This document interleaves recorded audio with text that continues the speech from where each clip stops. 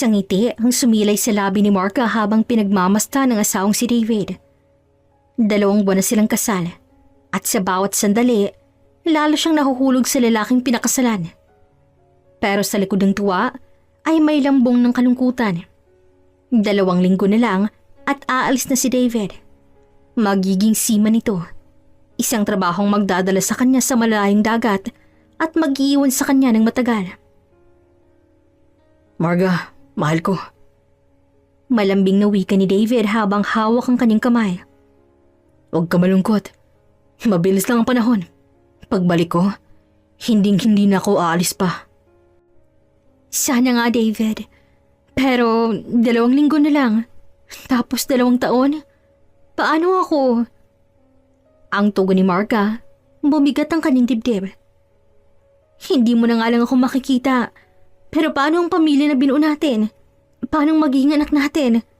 Paano ng lahat? Marga, alam mo naman ginagawa ko to para sa atin eh. Para sa magiging pamilya natin. Para sa kinabukasan natin. Pangako Marga, babalik ako at magkakaroon tayo ng pamilyang masaya at buo.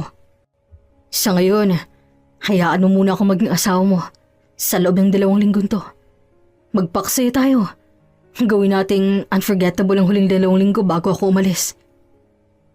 Sa kabila ng pag-aalala, napangiti si Marga. Niyakap niya si David ng mahigpit at sa loob ng mga bisig nito, nadama niyang init at pagmamahal. Mahal na mahal kita, David. Mahal na mahal din kita, Marga. Sobra. 2 linggo bago umalis si David, ginawa nila ang lahat upang gawing masaya ang bawat sandali.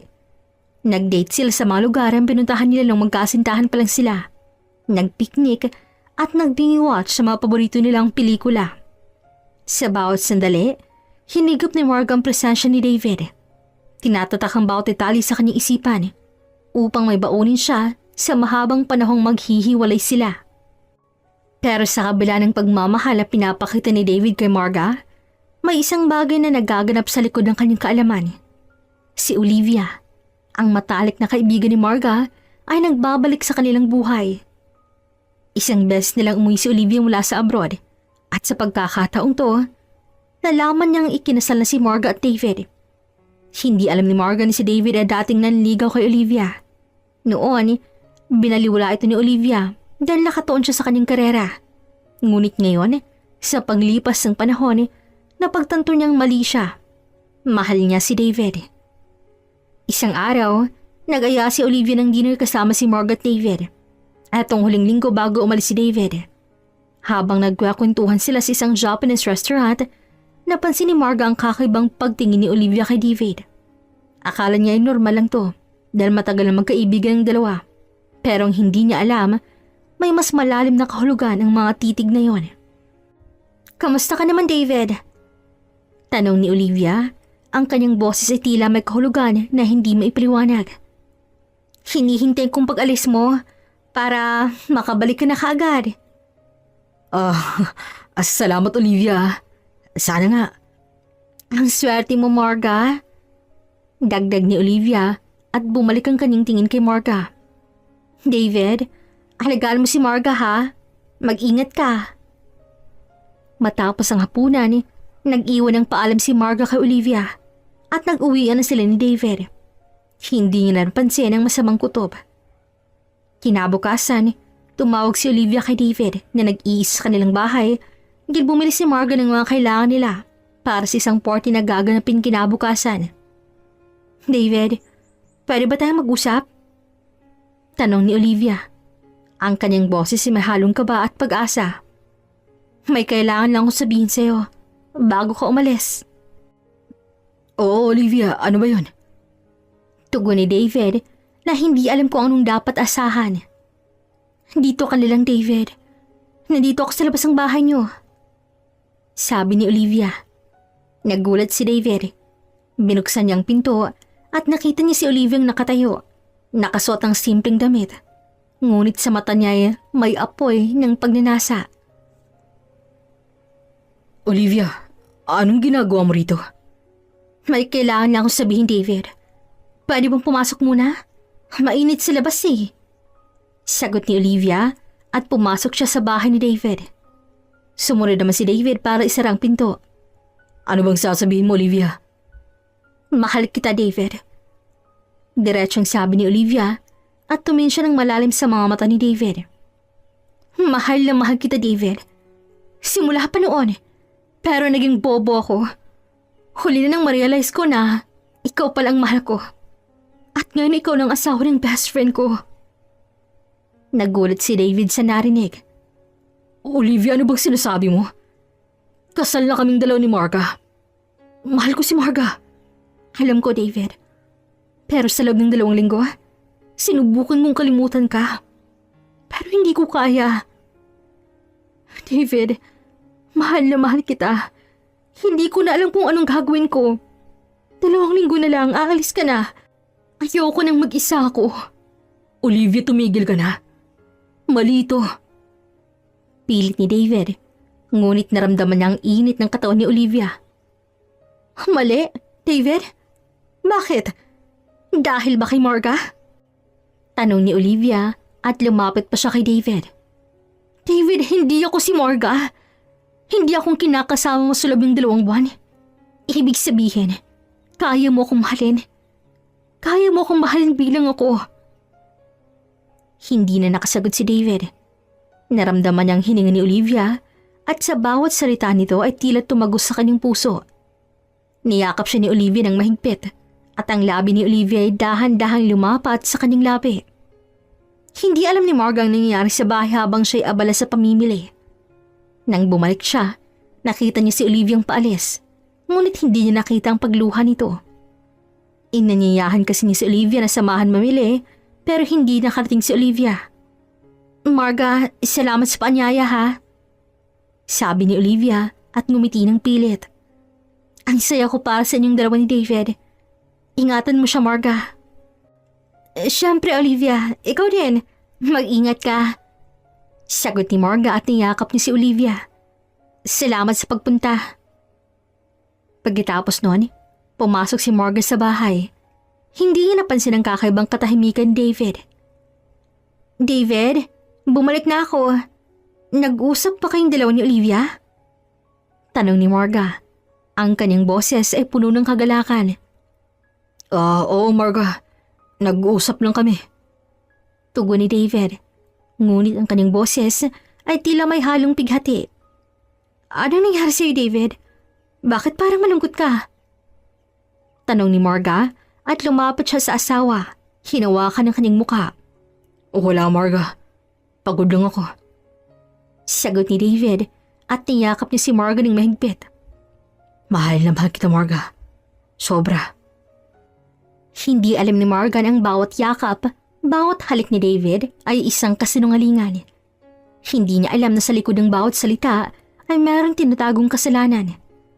At sa huling 2 linggo bago umalis si David, hindi niya alam na nabuo ang isang sikretong sumira sa kanilang pagmamahalan.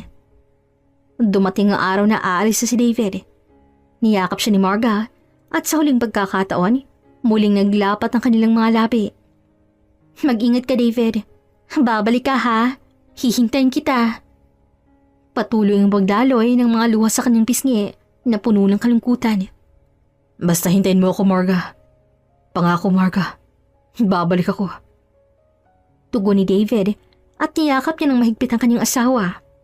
Pagkatapos noon, umalis na si David, iniwan si Marga ang nag-iisa. Iniwan niyang asawang walang kaalam-alam sa nangyari. At iniwan niya ang isang matalik na kaibigan na naging dahilan ng kanyang kasalanan. 2 buwan nakalipas, matapos umalis si David, tila nanibago si Marga sa buhay niya nang wala ito sa kanyang tabi. Ang dating masaya at maingay na bahay ay nababalot na ng katahimikan.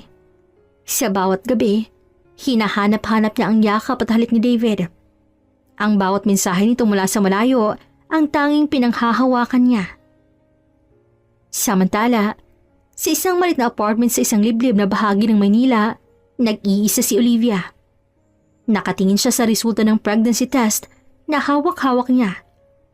Ang 2 linya ay parang 2 talim na sumusugat sa kanyang damdamin. Buntis siya. Ang anak na nasa sinapupunan niya ay anak ni David. Lumuluha si Olivia habang iniisip ang posisyon niya. Paano niya sasabihin kay David? Paano niya haharapin si Marga, ang matalik niyang kaibigan? Hindi niya masikmurang ideya nga nasira niyang pamilya ng taong pinakamamahal niya. Sa loob ng ilang araw, nag-isip si Olivia ng paraan para itago ang kanyang sitwasyon. Nagdesisyon siyang bumalik sa Canada. Mas madaling gawin ang lahat ng to nang malayo sa Pilipinas. Marga, tawag ni Olivia sa kanyang kaibigan, ang boses ay tila may halong kaba. Kailangan ko na kasing bumalik sa Canada. Binalaan na ako ng boss ko na kailangan ko nang bumalik. Talaga ba? Pero bakit naman biglaan, Olivia? Hindi mo man ako nasabihan. Pasensya na, Marga, ha? Biglaan din sa akin Pero huwag kang mag-alala. Mag-iingat ako doon. Sa huling pagkikita nila, nag-iyak si Marga habang niyayakap ang kanyang kaibigan. Olivia, alagaan mong sarili mo doon, ha? Mamimiss kita. Mag-iingat ka. Mag-iingat ako, Marga. Ingatan mo rin ang sarili mo at ingatan mo ang pamilya na binuon yung dalawa ni David. Hindi alam ni Marga ng mga salitang yon ay isang paalam na sa kanilang pagkakaibigan. Sa huling sandali, hinalikan ni Olivia sa noo si Marga at pagkatapos ay umalis na ito, iniwan si Margang nag-iisa. Makalipas ang 2 taon, bumalik si David sa Pilipinas. Sa loob ng 2 taon, naging asawa si David ni Marga sa bawat oras na nag-uusap sila sa telepono, sa bawat oras na nag-text siya, sa bawat oras na nag-uusap sila. Sa loob ng 2 taon, nabalitaan ni David na buntis si Olivia at sa labis sa pag-aalala, siya'y tumawag. Olivia, anong ginawa mo? Galit na tanong ni David. Bakit ka buntis? At bakit mo sinasabing ako ang ama? Alam mo namang asawa ko si Marga. David, mahal kita. Kahit anong gawin ko, hindi ko kalimutan ka. At ang anak na to, David, ang anak nating 2, hindi ko kayang itago sa yung totoo. Sa huli, kinumbinsi ni Olivia si David na magsama na sila. Pero kinailangan pa rin magsinungaling si Olivia kay David. Sinabi niya na wala siyang ibang choice kundi manatili sa Pilipinas dahil sa kanyang kondisyon. Pero sa totoo lang, nagplano siya. Sa tulong ng isang kaibigan, nanatili siya sa Cebu kung saan hindi siya magtatagpuan ni Marga. Kahit malayo, hindi nakalimutan ni David si Marga. Pero ang pag-aalala sa anak niya at sa kalagayan ni Olivia ang nagtulak sa kanya upang magdesisyon. Olivia, huwag ka mag-alala. Aalagaan ko ang anak nating 2. Pero hindi ko kayang iwan si Marga. Mahal ko si Marga. Babalik ako sa kanya. Kahit masakit, sumang-ayon si Olivia. Kaya nang bumalik si David sa Pilipinas, sinabi niya kay Marga na 1 buwan siya sa bansa. Marga, sana maintindihan mo ako, ha. 1 buwan na ako dito. Kailangan ko nang bumalik agad sa trabaho ko. Bakit, David? Bakit ang iksi? Tanong ni Marga, bumigat ang kanyang dibdib. Akala ko ba 4 na buwan ka dito? Bakit 1 buwan na lang? Mahal ko, alam mo naman na mahirap lang ang buhay nating 2. Kailangan ko magtrabaho para sa kinabukasan natin. Pero huwag ka mag-alala. Gagamitin natin 1 buwang to upang magkasama. Promise ko sa'yo, Marga. Kahit malungkot, sumang-ayon si Marga. At sa loob ng 1 buwan, ginawa nila ang lahat upang magkasama. Nag-date sila, nag-travel, at ginawa ang lahat ng gusto nila. Kahit sa kabila ng pagdududa ni Marga, hindi niya inisip na iba ng tinatawag na pamilya si David. At pagkatapos ng 1 buwan, umalis na si David, iniwan si Marga. Walang kamalay-malay si Marga, nasa Cebu siya magsistay. Marga, mahal na mahal kita. Sabi ni David at hinalikan niya ang kanyang asawa sa noo. Hintayin mo ako, ha. Babalik ako. Hihintayin kita, David. Promise. Tugon ni Marga at niyakap niya rin ang kanyang asawa. Sa Cebu, naghihintay na si Olivia. 1 buwan matapos umalis si David kay Marga, dumating na siya. At sa sandaling yon, nakita ni David ang kanyang anak na babae, si Gracie, na 2 taong gulang na. David, siya si Gracie. Sabi ni Olivia habang lumuluha. Ang anak natin. Niyakap ni David si Gracie at sa sandaling yon, naramdaman ng init ng pagiging ama. Gracie, anak ko. Sorry kung ngayon lang kita nakita. Sa loob ng 3 buwan, nagsama sina David at Olivia bilang isang pamilya. Araw-araw, nilalaro ni David si Gracie. At araw-araw, nadarama niya ang init ng pagiging isang pamilya. Pero sa bawat sandali, may bahagi sa puso ni David na nag-aalala kay Marga. Olivia? Sabi ni David isang gabi habang pinagmamasa ng anak niyang natutulog. Hindi ko alam kung anong gagawin ko. Mahal ko si Marga. Mahal na mahal ko siya. Pero paano si Gracie? Paano ka? David, alam ko. Pero David, alam mo sa puso mo na mahal mo rin kaming dalawa ni Gracie. Hindi mo kami kayang iwan. David, huwag mo nang isipin si Marga. Kami ang pamilya mo. Ako at si Gracie. Sa loob ng 3 buwan, nag-isip si David. Pero sa bawat araw, mas lalo siyang nakukulog sa pag-ibig niya para sa anak at sa nanay nito. Hindi niya kayang iwan si Gracie. Habang nagpapakasaya si David sa Cebu, nag-iisa naman si Marga sa Maynila. Araw-araw naghihintay siya sa tawag ni David. Araw-araw, hinihintay niyang mga text messages nito. Pero sa bawat araw na lumilipas, nababawasan ang pag-asa ni Marga. Marga, kamusta ka na? Tanong ni Olivia, tumatawag mula sa Canada. Oo, ganoon ang akala ni Marga. Huwag ka nang malungkot, nandito ako. Huwag kang mag-alala, Marga. Salamat, Olivia. Miss na kita. Pero miss na miss ko na din si David. Sana bumalik na siya. Sana hindi niya ako nakalimutan. Sa kabilang linya, hindi nakasagot si Olivia. Alam niyang totoo. Alam niya ng lahat ng paghihintay ni Marga ay walang saysay. 2 taon at 4 na buwan matapos umalis si David. Bumalik na siya ng Manila. Sinabi niya kay Marga na tapos na ang kontrata niya sa abroad. Ngunit sa katotohanan, naging madalas ang paglipat niya ng trabaho at sa bawat bansa na sinasabi niya na pinupuntahan niya kasinungalingan lamang. Sa loob ng 2 taon at 4 na buwan, si Marga ay naghintay sa isang kasinungalingan. Hindi na alam na ang asawa niya ay may ibang pamilya. At sa pagbalik ni David, magsisimulang isang bagong kabanata sa buhay ni Marga. Isang kabanata na puno ng pagdududa, pag-asa, at sa huli, katotohanan. Sa pag-uwi ni David, nag-isip si Olivia ng paraan para itago ang lahat. Ngunit totoo nga na walang lihim na hindi nabubunyag. At ang katotohanan ay hindi kayang itago ng matagal. 1 taon ang lumipas at muling nag-iisa si Marga sa kanilang bahay sa Manila. Ngunit sa pagkakataong to, naisip niyang bigyan ng sarili ng pahinga. Naalala niyang mga kwento ni David tungkol sa ganda ng Cebu. At sa isang biglaang desisyon, nag-impake siya at naglakbay. Gusto niyang balikan ng mga alaala, kahit na mag-isa. Ang unang araw niya sa Cebu ay napakaganda. Matapos maglibot sa Magellan's Cross at tumingin sa Santo Niño Basilica, naisipan niyang mamili ng pasalubong sa SNR. Habang naglilibot sa aisles, naghahanap ng paboritong kape ni David. Nagugulat siya nang may narinig siyang pamilyar na boses. Mommy, gusto ko po ng cookies! Nilingon ni Marga ang pinagbula ng boses at nanlaki ang kanyang mga mata. Sa harapan niya, nakatayo si Olivia, ang kanyang matalik na kaibigan, na may kasamang isang napakagandang batang babae na nasa mga 3 taong gulang na. Tila tumigil ang mundo ni Marga. Olivia? Lumingon si Olivia at namutla ang kanyang mukha nang makita si Marga. Tila siya nakakita ng multo. Ang ngiti niya ay biglang nawala. Niyakap niya ng mahigpit ang bata at sinubukang itago ito sa likod niya. Marga? Anong ginagawa mo rito? Ay, nagbabakasyon ako.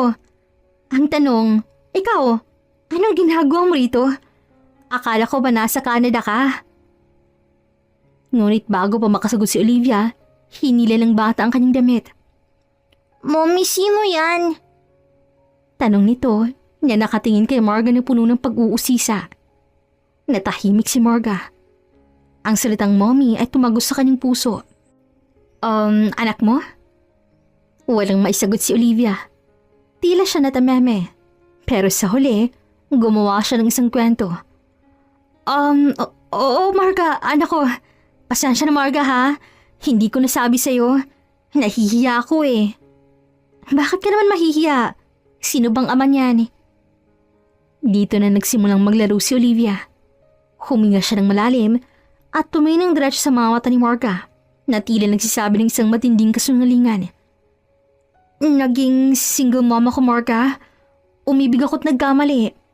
Kaya nang malaman ko na buntis ako, nahiya ako.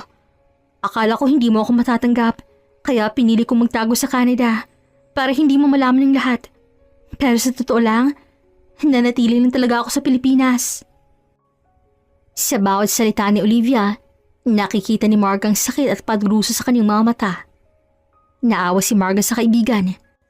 Ang gulat niya ay biglang napalitan ng simpatya. Bakit ka ba magtatago sa akin, Olivia? Kaibigan mo ako. Hindi kita huhusgahan.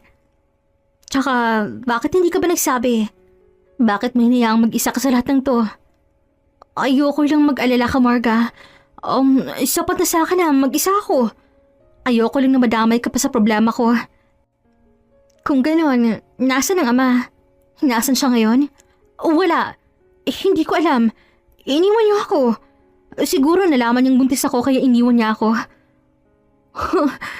Pero Marga, huwag mo lang isipin yun, okay? Ang mahalaga nandito ako. Nandito kami ng anak ko. At okay na ako. Mahabang naging usapan nila. Nagkwento si Olivia tungkol sa kung paano siya nagpakahirap bilang isang single mom at kung paano siya nagtrabaho upang maitaguyod ang anak niya.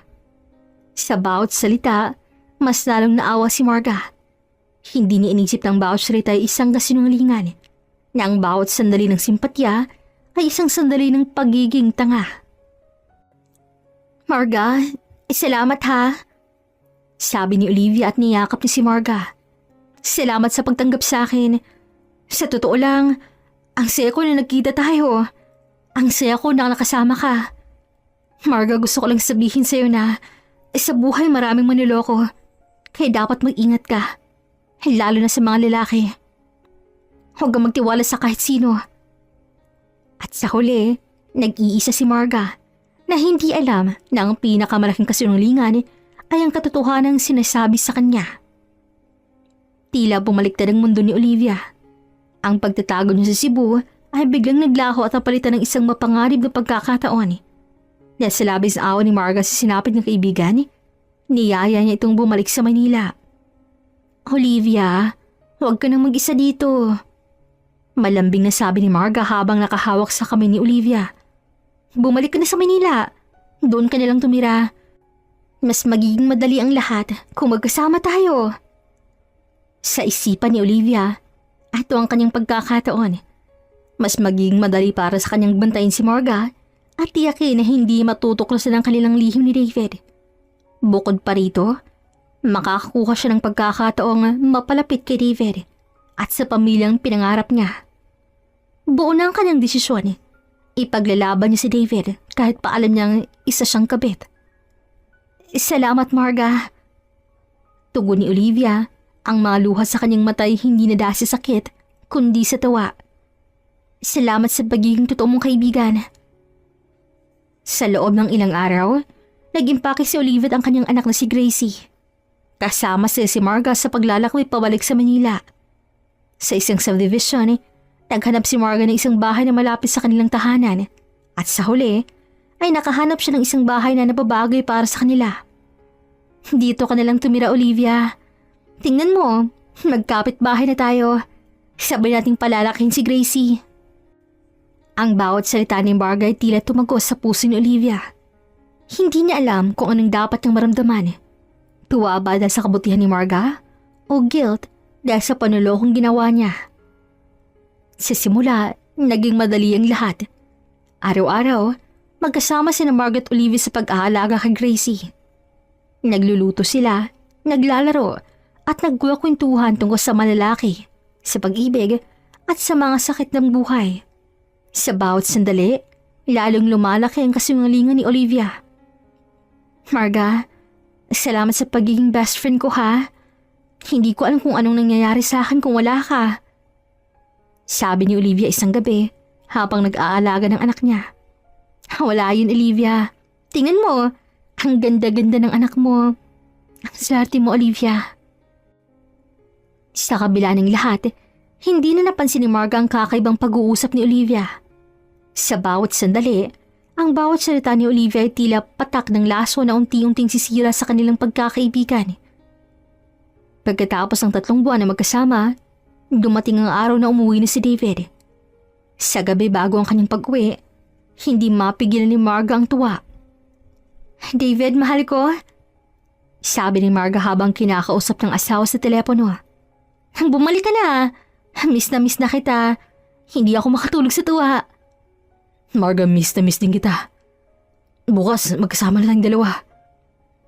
Nang umuwi si David, naghanda si Marga ng isang napakasarap na hapunan. Sa pagpasok ni David sa bahay, niyakap na si Marga ng mahigpit. Mahal na mahal kita, Marga. Mahal na mahal din kita, David. Pagkatapos ng ilang oras, naisip ni Marga ang bisitahin si Olivia para sabihing umuwi na si David. Dinala ni Marga si David sa bahay ni Olivia. At sa sandaling yon, ang mukha ni David ay tila nakakita ng multo. Olivia? Tanong ni David at nagulat siya. David! Sagot ni Olivia at pilit siyang umiti. Kumusta ka na, Olivia? Ang alam ko, nasa ibang bansa ka. Kunwaring wika ni David. Mahabang kwento, mahal. Pero noon na kami, besh, ha? At gabi na. For sure, tulog na din si Gracie. Si Gracie nga pala, mahal. Anak ni Olivia. Tumangoling si David at umalis ng mag-asawa. Nag-iwan ng makahulugang tingin si David kay Olivia dahil hindi niya alam ang planong to ni Olivia. Kinabukasan, gumawa ng paraan si David na hindi makakaharap si Olivia, lalo na si Gracie, at baka tawagan siya nitong daddy at malaman ni Marga ang lahat. Kaya niyaya agad ni Marga ang mamasyal. Sa kabilang banda, habang abalang kumakain si Marga ay nagpunta ng CR si David at doon niya tinawagan si Olivia. Olivia, ano to? Bakit nandito kayo sa Manila? Gigil na tanong ni David. Ano bang gagawin ko? Nagkita kami ng asawa mo sa Cebu at siya nagiya sa akin na bumalik ng Manila. At mas mabuti yon upang maging malapit na tayo. Lalong-lalo na si Gracie ang anak natin. Olivia, malaking gulo to. Kilala ko ni Gracie. Mas malaking gulo kung iiwasan mo kami, David. Hindi ko na kaya magtiis ba kahit isang araw na hindi maging buong pamilya natin. Napasapo na lamang sa ulo si David at pinilit maging normal na bumalik at humarap kay Marga. Isang araw, habang naglalaro si Marga at Gracie, napansin niyang iba ang tingin ni Gracie kay David. Hindi itong tingin ng isang bata sa isang taong kakakilala pa lamang. Gracie? Gusto mo ba si Tito David? Tanong ni Marga habang naglalaro sila ng mga laruan. Hindi po siya, Tito. Daddy po. Tugon ni Gracie at tumingin siya kay David na nakaupo sa veranda. Daddy ko siya. Sa sandaling yon, tumigil ang mundo ni Marga. Ang salitang daddy ay hindi na lang isang salita. Ito ay isang katotohanan. David, mag-usap tayo. Sabi ni Marga at lumabas siya ng bahay. Sa labas, nagsimulang magtanong si Marga. David, sino ba talaga si Gracie? Bakit ka na tinatawag na daddy? Mahal, ano ka ba? Siyempre bata yun at walang kinagis ng ama. Di ba mas okay tawagin niya akong daddy? Nakangiting tugon ni David. Ngumiti ng hilaw si Marga dahil may point si David. Mas maigi ngang siyang ituring na ama ng bata. Tutal, mag-best friend naman silang dalawa ni Olivia. Ang bawat ngiti ni David ay tila nakabaon na sa isipan ni Marga. Ang bawat sandali na magkasama si ni David, Olivia at Gracie ay isang tila matalim na balaraw na tumatago sa kanyang puso. Ang pagdududay unti-unting lumalalim at ang bawat tanong ay walang kasagutan. Isang hapon, habang nag-aayos si Marga ng kanyang mga gamit, napansin niyang nawawala ang kanyang lalagyan ng mga cards. Dito nakalagay ang kanyang mga credit card, debit card at IDs. Sa paghahanap niya, naisip niyang baka naiwan niya ito sa bahay ni Olivia nang huli siyang dumalaw doon. Agad siyang nagtungo sa bahay ni Olivia. Olivia, nandito ba yung lalagyan ko ng card? Baka naiwan ko dito eh. Tanong ni Marga, ang boses tila may halong kaba. Baka oo, Marga. Tiningnan mo sa taas? Doon mo huling hinubad ang bag mo eh. Sige, aakit ako. Habang umaakit si Marga sa itaas, naramdaman niya ang kakibang kaba. Ang bawat hakbang niya ay tila patungong sa isang lagusan ng katotohanan. Pagpasok niya ng kwarto, nagulat siya nang makita ang isang brief sa ibabaw ng kama. Agad niyang napansin ang tatak nito at pamilyar ang disenyo. Walang duda, brief ni David yon. Marga, nakita mo ba? Hindi, Olivia. Saan ba yon? Sagot ni Marga, saka tumingin kay Olivia ang may pagdududa. Baka nasa ibaba, Marga. Baka naiwan mo doon. Sige, Olivia. Salamat. Tugon ni Marga at bumaba na siya. Sa kabila ng natuklasan, pinilit ni Marga ang maging normal ang kanyang pakikipag-usap kay Olivia. Nagkukwentuhan pa rin sila, nagtatawanan, at umaaktong walang nangyari. Pero sa loob-loob ni Marga, tila may apoy na naglalagablab. Sa mga sumunod na araw, nagsimula si Margang mag-obserba. Sa tuwing nakikita niya si David at Gracie na magkasama, napapaluhan na lang siya. Ang pagkakahawig ni David at Gracie ay hindi na lang isang haka-haka. Ito isang katotohanan. Isang araw, nagpa siya si Margang mag-imbestiga. Nagpaalam siya kay David na uuwi muna siya ng Batangas dahil may kukunin. Pero kunwari lang yon. Sa halip, nagtungo siya sa isang hotel at doon siya nagplano. Nalaman ni Marga mula sa isang kaibigan niya na nag-ooperate ng isang restaurant na nag-dinner date sina David at Olivia. Tumungo si Marga sa restaurant at doon niya hinihintay ang pagkakataon. Habang nasa banyo si Olivia, pumasok si Marga. Olivia, sabi ni Marga, ang boses ay puno ng galit at paghati. Nagulat naman si Olivia nang makita si Marga.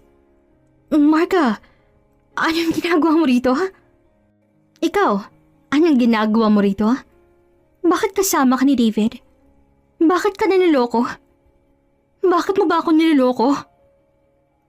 Marga, hindi mo naiintindihan. Hindi ko naiintindihan? Olivia, bakit? Ikaw ang best friend ko. Bakit mo nagawa sa akin to, ha? Bakit mo ako niloko? Tanong ni Marga at nagsimula siyang umiyak. Marga, hindi ko kasalanan. Si David ang may gusto nito. Hindi ko siya pinilit. Marga, mahal ko si David. Mahal na mahal ko siya.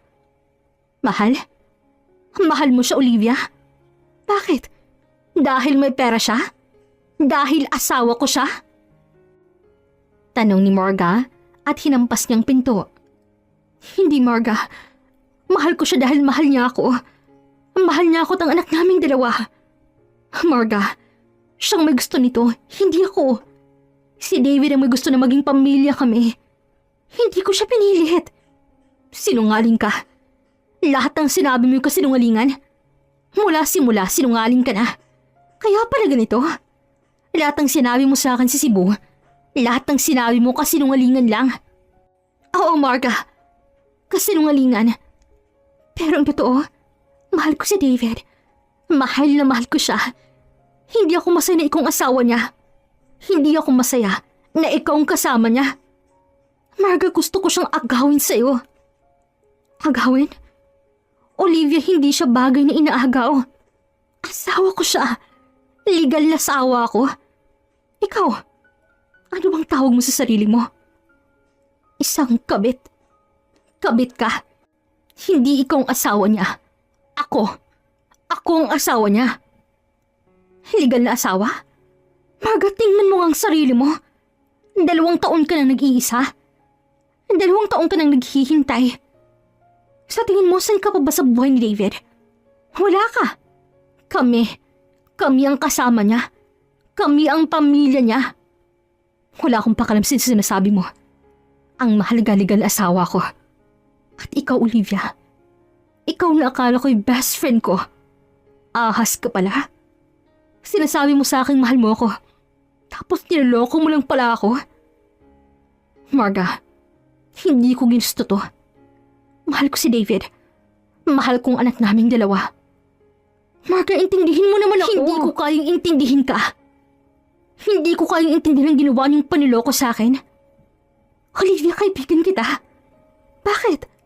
Bakit mo nagawa sa akin to? Bakit mo inagaw ang asawa ko? Hindi ko siya inagaw. Siya ang lumapit sa akin.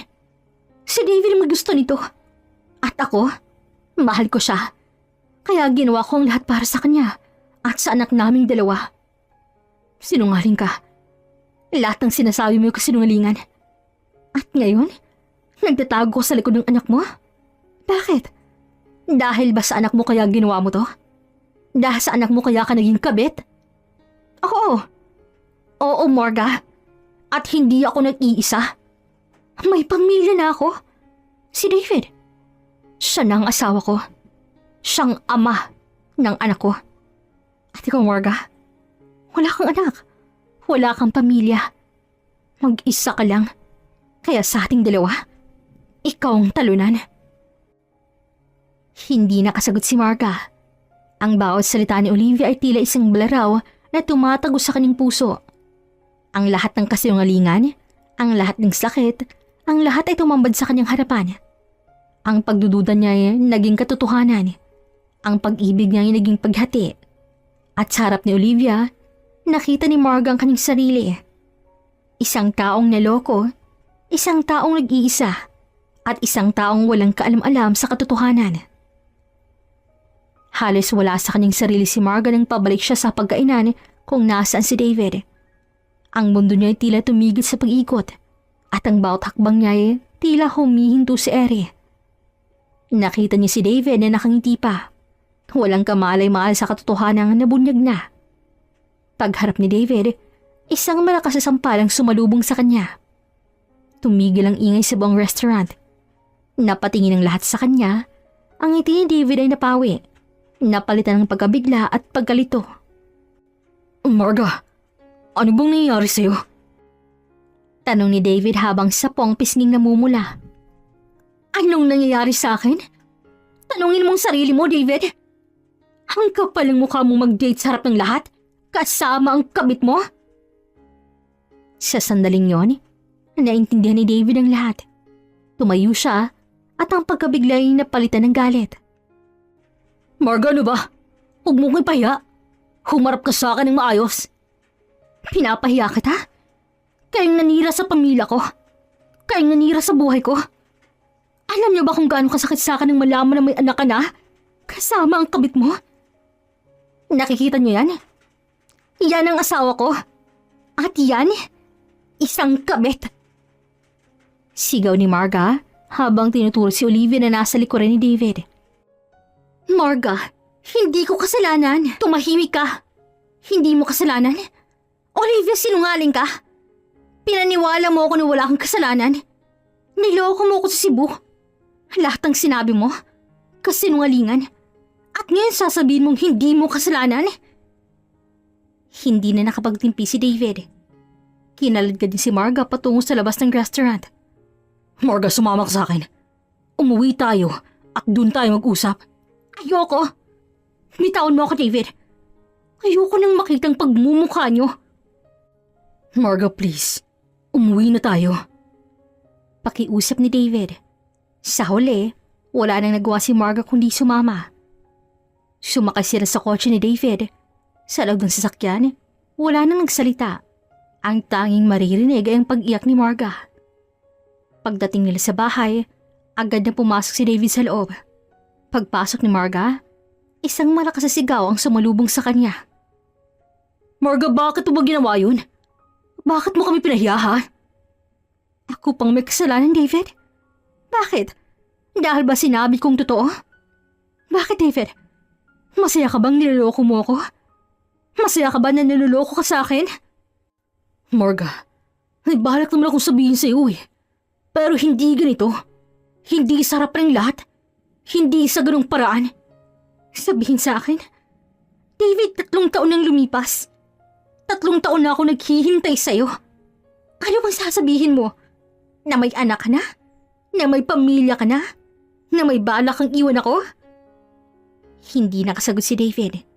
Niyakap niya si Marga ng mahigpit at sa bawat yakap, nararamdaman niyang sakit ng kanyang kasalanan. Marga, mahal na mahal kita. Pero hindi ko alam kung anong dapat kong gawin. Natatakot ako na sabihin sa'yo yung totoo. Bitawan mo ako. David, sinasabi mo sa akin na mahal mo ako. Pero sa likod ko magkasama ka ng iba. Alam mo ba kung gaano kasakit sa akin ang malaman na may anak ka na? At sa best friend ko pa talaga? Marga, please. Patawarin mo ako. Pakiusap ni David at lumuhod sa harap ni Marga. Hindi ko sinasadya. Hindi ko ginusto to. Pero Marga, mahal ko rin si Olivia. Mahal kong anak namin. At hindi ko kayang iwan sila. David, mahal kita. Pero hindi ko alam kung sino ka na. Hindi na kita kilala, David. Sa lahat ng bagay na sinabi mo, ang pinakamasakit ay iyan. Na mahal mo na siya. Marga, hindi ko na alam kung dapat kong gawin. Mahal ko kayong pareho. Pero sa loob ng 3 taon, naging masaya ako kay Olivia. Naging masaya ako sa anak naming dalawa. Marga, alam mo sa puso mo, mahal mo rin siya. Mahal ko siya. Mahal ko siya bilang best friend ko. Hindi ko siya mahal bilang kabit mo. Hindi ko siya mahal bilang ina ng anak mo. Marga, please. Makinig ka sa akin. May balak na akong sabihin sa'yo yung totoo. Gusto ko na saan sabihin sa'yo na hiwalayan kita. Pero hindi ko alam kung paano. Sa sandaling yon, gumuho ang mundo ni Marga. Hindi na siya makapagsalita. Ang mga luhay umaagos sa kanyang pisngi. Ang lahat ng pag-aasa niya nawala. Ang lahat ng pagmamahal niya ay napalitan ng galit at bighati. David, bakit? Bakit mo ginawa sa akin to? Ano bang pagkukulang ko? Anong pagkukulang ko para gawin mo sa akin to, ha? Wala kang pagkukulang, Marga. Ikaw ang perpektong asawa. Ikaw ang perpektong tao. Pero Marga, alam mo sa puso mo na mahal ko siya. David, mahal kita. Pero hindi ko na kaya. Hindi ko na kaya ang sakit. Hindi ko na kaya ang lahat ng kasinungalingan. Sabi ni Marga tumayo. Tapusin na natin to, David. Sa huling sandali, iniwan ni Marga si David na naniniwala sa bawat salita niya. Ang galit niya ay biglang napalitan ng sakit. At sa harap ni David, nakita ni Marga ang sarili niya. Isang taong pinagtaksila ng mundo at isang taong nawala ang lahat. Ang pagmamahal niya napalitan ng paghati. At sa huling sandali, nag-iisa si Marga sa gitna ng kasinungalingan. Halos walang lakas si Marga nang matunghayan ng pag-alis ni David at Olivia. Mula sa bintana, pinanood niyang kotseng unti-unting lumayo. Bitbit ang lahat ng pangarap na minsan niyang binuo kasamang asawa. Ang mga luhay patuloy na umaagos sa kanyang mga mata, kasabay ng pagguho ng kanyang buong mundo. Si sandaling yun, hindi na lang puso niyang nasira, pati ang pagmamahal na minsan niyang pinaniniwalaan. Hindi nagtagal, nagbago ang buhay ni Marga. Ang dating masayahin at mapagmahal na Marga ay napalitan ng isang babaeng nababalutan ng kalungkutan at pag-ibig na naglaho. Sa kabila ng lahat, hindi niya maiwasang mag-usisa sa buhay ni David at Olivia. Sa pamamagitan ng mga social media accounts ni Olivia, palihim siyang nagmamasid. Nakita niyang masasayang larawan ng dalawa kasama si Gracie, na tila nagpapakita ng isang perpektong pamilya. Bawat ngiti ni David ay parang saksak sa kanyang puso. Nang sumapit ang ilang buwan, muling sumampa sa barko si David. Ang pag-alis niya ay nag-iwan ng panibagong sugad sa puso ni Marga. Isang panibagong supling sa sinapupunan ni Olivia. Sa mga larawan, kitang-kita ang tiyan ni Olivia ang lumalaki na tila nagmamalaking nagpapakita ng kanilang buong pamilya. Ang balitang ito ay nagdulot ng matinding kalungkutan kay Marga. Na tila binura na siya ng tuluyan sa buhay ni David. Samantala, sa isang malayong bansa, nasa barko si David. Nagtatrabaho upang maibigay ang lahat ng pangangailangan ng kanyang pamilya. Ngunit isang araw, dumating ang isang balita na nagpabago sa lahat. Tinanggal siya sa trabaho. Ang dahilan, may reklamong may binuntis siyang ibang babae. Si Lian, asawa ng kasamahan niya. Gumuho ang mundo ni David. Ang lahat ng pinaghirapan niya ay nawala sa isang iglap. Ang galit at paghati ay bumalot sa kanyang puso. At ang depresyon ay unti-unting kumakain sa kanyang pagkatao. Hindi na siya ang dating masayahing David. Ang dating mapagmahal ni David ay napalitan ng isang taong nababalutan ng galit at depresyon. Umuwi si David at ang balitang to ay agad dumating sa panining ni Olivia. Sa pagdating ni David, hinarap niya ito. David, totoo bang narinig ko? Olivia, hindi ko kasalanan. Hindi ko ginusto to. Hindi ko alam. Hindi mo ginusto? David, may binuntis ka na naman. At ngayon tinanggal ka pa sa trabaho mo. Paano na tayong dalawa, David? Paano ang magiging anak natin? Olivia, please. Huwag mo na akong tanungin. Hindi ko alam. Hindi ko alam kung anong dapat kong gawin. Patawarin mo ako. Sa sandaling yun, ang lahat ng galit ni Olivia lumabas. Ang pagmamahal niya napalitan ng galit at paghati. Ang bawat sandali na magkasama sila ay tila isang malaking karma. Sa loob ng ilang linggo, naging madalas ang pag-aaway ni na David at Olivia. Ang dating masaya na pamilya ay napalitan ng isang papilang nababalutan ng galit at depresyon. Sa bawat sandali, ang lahat ng pangarap ni Olivia ay naglaho. Samantala sa Maynila, narinig ni Marga ang balita tungkol kay David. Sa halip na maawa, napangiti siya at napailing sa sinapit ng maniloko ng dating asawa. Naisip niyang sinisingil ang karma ang mga taksil sa buhay niya. Sa huli, nagdesisyon siyang bigyan ng sarili niya ng bagong buhay. Hindi niya inakalang sa gitna ng kanyang pagdurusa, may isang taong darating sa kanyang buhay. Si Mark, isang matalik na kaibigan mula sa kolehiyo. Biglang lumitaw sa kanyang buhay sa hindi inaasahang pagkakataon. Marga, kamusta ka na? Tanong ni Mark isang hapon habang nag-iinom sila ng kape. Masaya akong makita ko ulit. Namiss kita ah. Salamat Mark. Ang saya ko rin na makita ka. Ikaw lang talagang nakakaintindi sa akin. Sa loob ng ilang linggo, naging mas lalo silang malapit sa isa't isa. Sa bawat sandali, nararamdaman ni Marga na mas masaya siya kasama si Mark kaysa sa naramdaman niya kay David. Ang lahat ng bighati niya ay unti-unting naglaho at ang pag-asa ay unti-unting bumalik sa kanyang puso. Habang nagpapaksaya si Marga sa bagong buhay niya, nalaman ni David na may iba ng mahal si Marga. At sa halip na magalit, naramdaman niya ang sakit. Ang lahat ng kasinungalingan, ang lahat ng sakit, ang lahat ay bumalik sa kanya. Sa huli, naramdaman niya ang lahat ng ginawa niya ay walang saysay. Hindi nakala ni Marga ng pagtatapos ng kwento ni David at Olivia ay matatapos sa ganito. Matapos ng ilang buwang pagiging miserable, dumating ang isang balitang nagpabago sa lahat. Nakunan si Olivia. Ang matinding lungkot at paghihirap na dinanas nito sa piling ni David ay naging dahilan ng kanyang kamatayan. Bagay na ikinagulat ni Marga. Sa harap ng kabaong ni Olivia, walang salitang lumabas sa labi ni Marga. Ang tanging maririnig ay ang tahimik na pag-iyak ng isang bata, si Gracie. Sa kabila ng lahat ng sakit na dinanas niya, hindi niya ninais sa buhay ang maging kabayaran ng lahat. Ang galit na kay Olivia ay biglang napalitan ng awa. Naalala niya ang kanilang mga pinagsamahan bilang magkaibigan, ang mga tawanan at masasayang sandali na magkasama sila. Olivia, pabulong na sabi ni Marga habang tinititigan ng walang buhay na katawan ng dating kaibigan. Pinapatawad na kita. Sa isang tabi, nakaupo si David. Nababalutan ng itim na damit at mukhang wasak na wasak.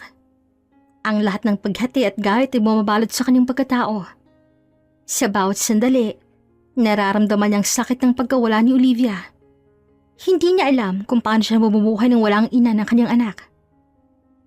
Nakatanaw lamang si Marga sa malayo habang umiiyak sa lamin ni Olivia. Nakadama siya ng matinding galit kay David. Ito ang sinisisi niya sa lahat. Siya ang dahilan kung bakit naghirap si Olivia. Siya ang dahilan kung bakit namatay ang dating kaibigan. At sa sandaling yun, nagdesisyon si Marga ang maghiganti. David, akong bahala sa'yo. Sisiguraduhin kong mararamdaman mo ang lahat ng sakit na dinanas ko. Sisiguraduhin ko na mararamdaman mo ang lahat ng sakit na dinanas ni Olivia. Gagamitin ko ang lahat ng lakas ko para sirain ang buhay mo. Bulong nito sa kanyang isip. Sa mga sumunod na araw, nagsimula si Marga sa kanyang plano. Naisip niya ng kahinaan ni David ang kanyang pag-ibig. Gagamitin niyang kahinaan ni David at muling paiibigin. Gagamitin niyang lahat ng kanyang ganda, ang lahat ng kanyang karunungan at ang lahat ng kanyang lakas para sirain ang buhay ni David. Marga, kamusta ka na? Tanong ni David isang gabi habang magkasama sila sa isang restaurant. Salamat sa pagpunta mo ha. Napakabuti mo pa rin sa kabila ng mga nagawa kong kasalanan sa'yo. Wala yun, David. Naisip ko lang, matapos ang lahat, tayo na lang naman na magkasama eh. Wala na si Olivia. Sa bawat sandali na magkasama sila, nararamdaman ni Marga ang sakit ng kanyang pagpapanggap. Ang bawat ngiti niya, ang bawat salita niya, ang lahat ng kasinungalingan. Pero sa bawat sandali, mas lalong dumarating ang pag-asa sa kanyang puso. Naging mas madalas ang pagdidino ni na Marga at David. Sa bawat sandali, unti-unting bumabalik ang pag-ibig ni David kay Marga. Ang dating galit niya kay Marga ay napalitan ng pag-ibig, pag-asa at pagmamahal. Marga, mahal na mahal pa rin kita.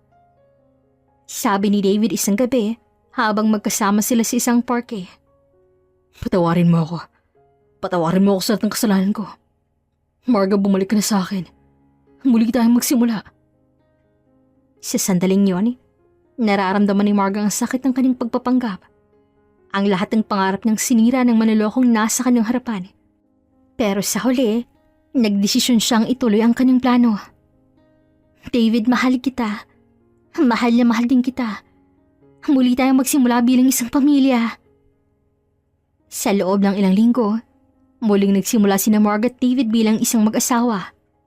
Ang dating masaya nilang buhay ay nagbalik. Ngunit sa likod ng lahat ng to, mayroong isang bagay na nagtatago. Isang lihim na sisira sa kanilang pagmamahalan.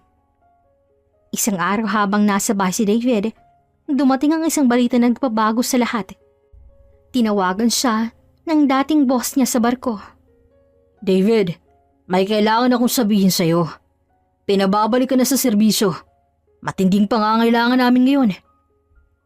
Sa sandaling yon, tumigil ang mundo ni David. Ang lahat ng paghati, ang lahat ng galit, ang lahat ay biglang nawala. Marga, tinawagan ako at pinababalik ako sa barko. Marga, babalik na ako sa trabaho. Marga, ano bang nangyayari sa'yo? Tanong ni David habang tinitingnan niyang mukha ni Marga na puro ng sakit. David, sinasabi mo sa akin na babalik ka sa trabaho? Bakit? Bakit mo ako niloko? Marga, hindi kita niloko. Sadyang pinababalik na ako. Hindi ka ba masaya? Ngayon may pagkakataon akong bumalik sa trabaho ko. Nang dumating ang balitang babalik na si David sa barko, hindi na nag-aksepa ng panahon si Marga. Ang mga salita ay tila nagiging apoy sa kanyang puso. Ito na ang huling pagkakataon. Ang huling pagkakataon upang gumanti. Kaya isang gabi, naghanda siya ng isang romantic dinner. Nagsuot siya ng isang paborito ni David. Isang itim na dress, naglalo pang nagpaelegante sa kanyang tindig. Tinantahan niya ng maigi ang kanyang mukha at inilabas niya ang kanyang alindog na minsan pinalitan ng pighati. Sa hapagkiinan, naglagay siya ng mga bulaklak. Bumili ng paboritong alak ni David at naghanda ng masarap na pagkain. Hindi niya alam kung saan niya kinuhang lakas ng gawin ang lahat ng to. Ang bawat kilos niya ay tila isang matinding kasinungalingan. Ngunit sa likod ng lahat ay may nagtatago. Isang paghihigante na matagal niya nang pinananabikan.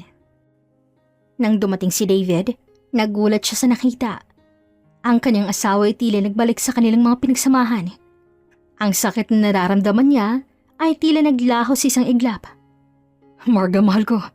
Salamat sa pagdating mo. Naisip ko lang matapos ang lahat. Tayo na lang magkasama.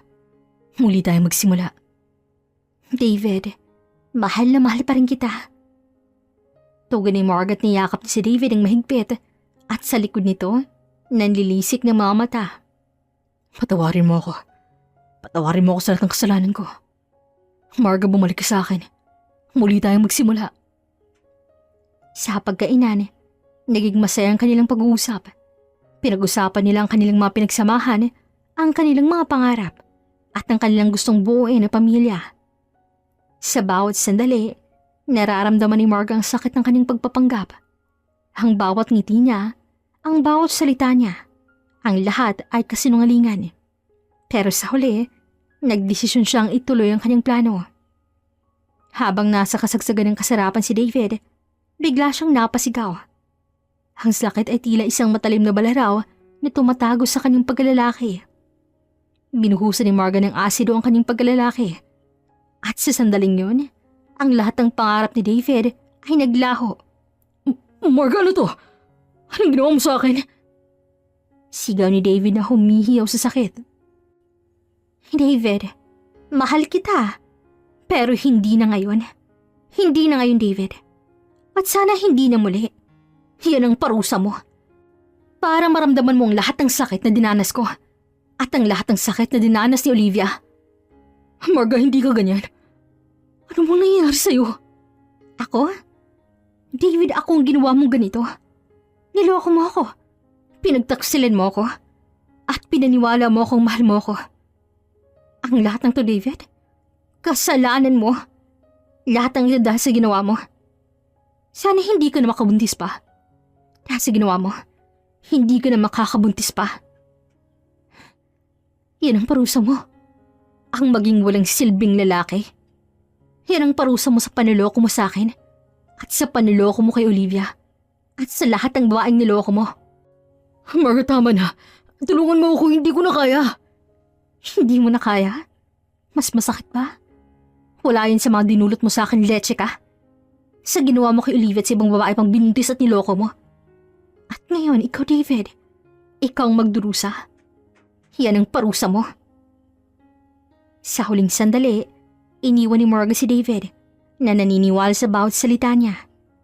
Ang galit niya ay biglang napalitan ng sakit. At sarap ni David, nakita ni Marga ang sarili niya. Isang taong naloko, isang taong nag-iisa, at isang taong nawala ang lahat. Ang pag-ibig niya ay napalitan ng pighati. Pagkatapos ng matinding pangyayari, kinuha ni Marga si Gracie. Dinala niya si Gracie sa mga magulang ni Olivia. Doon, inilihim niya ang lahat ng nangyari. Sinabi niyang kailangan ni David bumalik sa barko at gusto niyang magkaroon ng bagong buhay si Gracie. Ang lahat ng kasinungalingan ay nagpatuloy. Marga, salamat sa pagpapadala mo kay Gracie. Salamat sa pag-ahalaga mo sa kanya. Sabi ng nanay ni Olivia habang niyayakap si Gracie.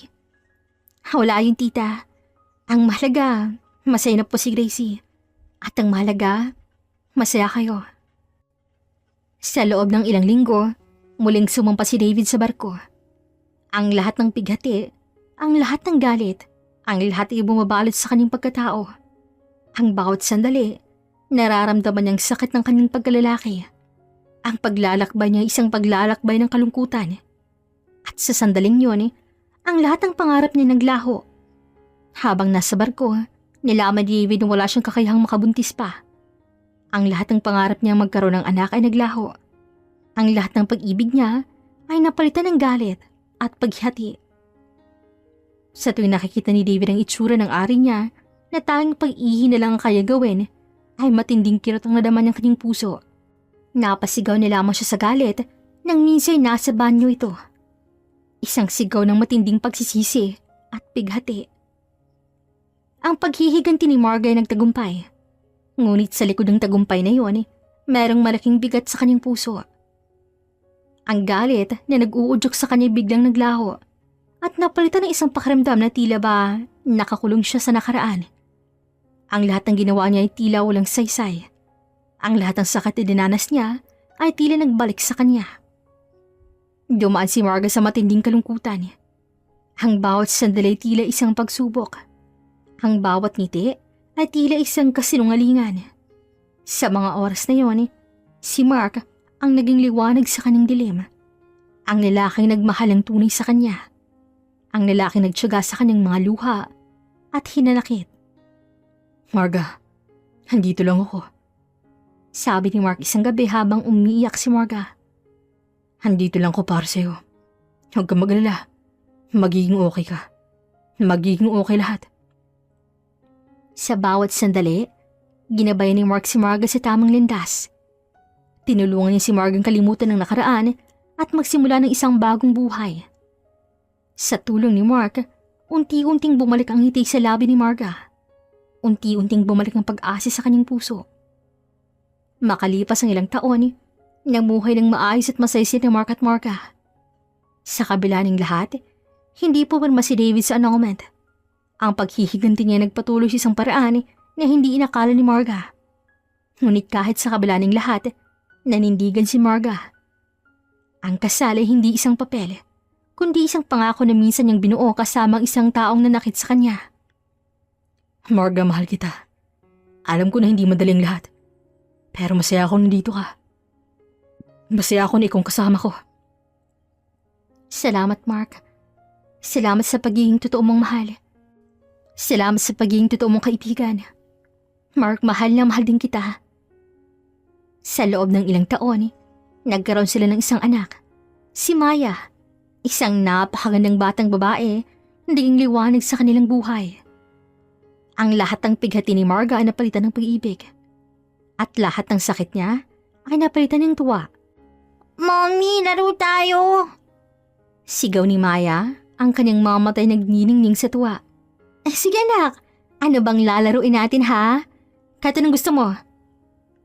Sa bawat sandaling kasama ni Marga ang kanyang anak, nararamdaman niyang init ng pagiging isang ina. Ang lahat ng pangarap niyang magkaroon ng pamilya na tupad sa isang paraan na hindi niya inakala. Isang araw habang nasa parke si Marga, nakita niya si David.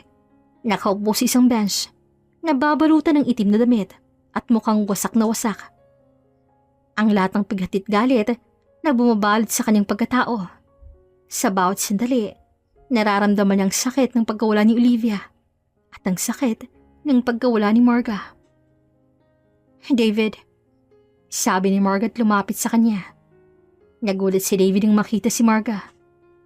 Marga, anong ginagawa mo rito? Ikaw, anong ginagawa mo rito? Bakit ka mag-isa? Marga, wala na ako. Wala na akong pamilya. Wala na akong anak. David, ang lahat ng ating ginawa ay may karampatang kapalit. Mabuti man o masama. Pero ang ginawa mo sa akin, ganun na lang ba yun? Mag-isa na lamang ako, Marga. Masaya ka na ba? Hindi ko iningi ng tawad ang ginawa ko sa'yo. Siguro instrumentong ginawa ko upang hindi ka na makapanloko pa, David. Hindi mo alam ang pakaramdam na labis na nagmahal. Pero ang ending, niloloko lang. Umalis ka na at iwan mo ako, Marga. Ito ng kapalaran ko. Ang habang buhay na mag-isa. Tumayo si Marga at kahit papaano ay hindi niya naiwasang mapaluha. Pinahira niyang mga mata at tumalikod na kay David, ang lalaking minsan ay kanyang minahal. Isang gabi, mag-isa si Marga sa kanilang bahay dahil nasa isang meeting pa si Mark. Ang katahimikan sa bahay ay tila nagpapahinahon sa kanya. Ngunit hindi niya alam na ito palang huling gabi ng kanyang kapayapaan. Sa gitna ng kanyang pag-iisip, biglang may isang lalaking sumunggab sa kanya mula sa likuran. Nagsimulang masisigaw si Marga, ngunit huli ng lahat. Hinila siya ng lalaki at ihinampas sa muebles. Ang sakit ay tila isang matalim na balaraw na tumatago sa kanyang katawan. Pagtingin niya sa mukha ng lalaki, tumigil ang mundo niya. Si David, ang dating asawa niya nga matagal niya nang kinalimutan. David, anong ginagawa mo rito? Ang itsura ni David ay tila galing sa impyerno. Ang kanyang mga mata ay puno ng galit at ang kanyang mukha ay puno ng pighati. Marga, ang lahat ng to'y kasalanan mo. Lahat ng to'y dahil sa ginawa mo. Ikaw ang dahilan kung bakit naghihirap ako.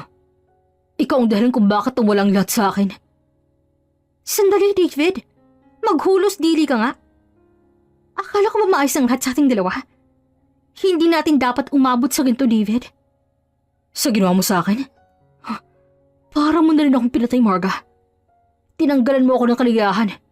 Kaya tabla-tabla na to.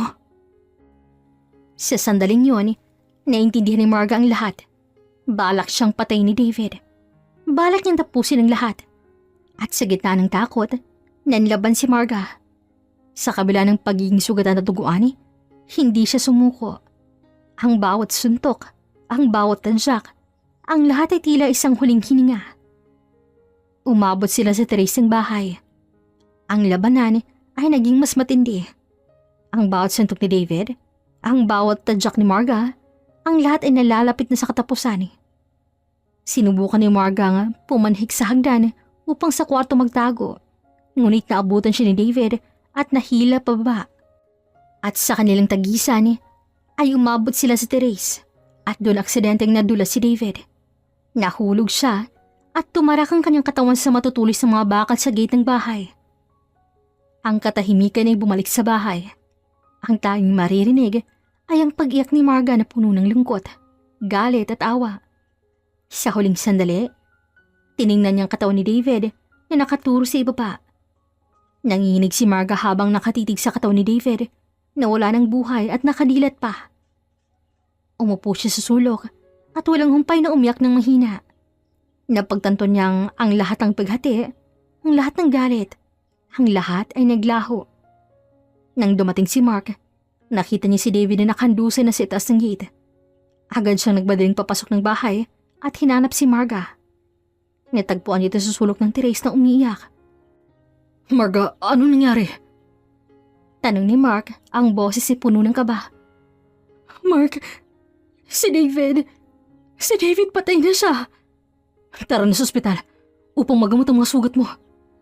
Si David, unahan natin siya. Si David. Sa mga sumunod na araw, nagsimulang magbago ang buhay ni Marga. Ang lahat ng pighati at galit ay unti-unting naglaho. Ang lahat ng sakit na dinanas niya ay unti-unting naghilom.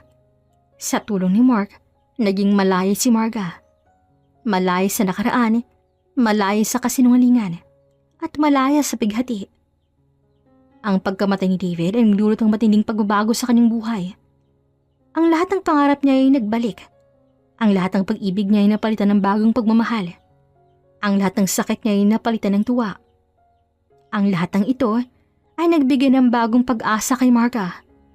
Ang lahat ng paghihintay niya nagkaroon ng katuparan. Sa huli, natagpuan ni Marga ang sarili niya. Isang taong naloko, isang taong nasaktan. Ngunit sa huli, isang taong nagmamahal. Sa gitna ng lahat, ang kwento ni Marga ay hindi isang kwento ng paghihiganti, kundi isang kwento ng pag-ibig at pagpapatawad. At sa huling sandali, hindi nag-iisa si Marga. May karamay na siya sa piling ni Mark at Maya. Pati na rin si Gracie na itinuring siyang ina ay mas napamahal pa sa kanya. Minsan nang mapadalo siya sa punto ni Olivia ay luha ng lungkot, ngunit may ligay sa dulo. Dumaan man sila sa matinding pagsubok, pero sa huli, nananatili pa rin ang kanilang pagkakaibigan. Hanggang dito na lamang po. This is Regine here in Miss Teen Stories. Daghan kayong salamat!